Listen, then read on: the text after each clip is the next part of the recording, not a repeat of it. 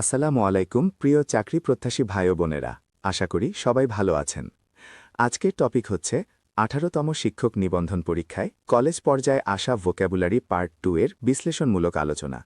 চলুন শুরু করি আজকের আলোচনা।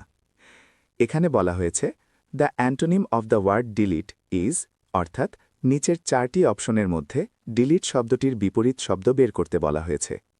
আমরা শব্দগুলো বিশ্লেষণ করি।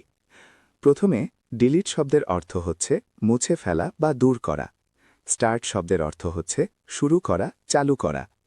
ডিলে শব্দের অর্থ হচ্ছে বিলম্ব করা বা দেরি করা। ইনসার্ট শব্দের অর্থ হচ্ছে ঢোকানো বা সন্নিবেশিত করা। আর হাইড শব্দের অর্থ হচ্ছে লুকানো বা গোপন করা।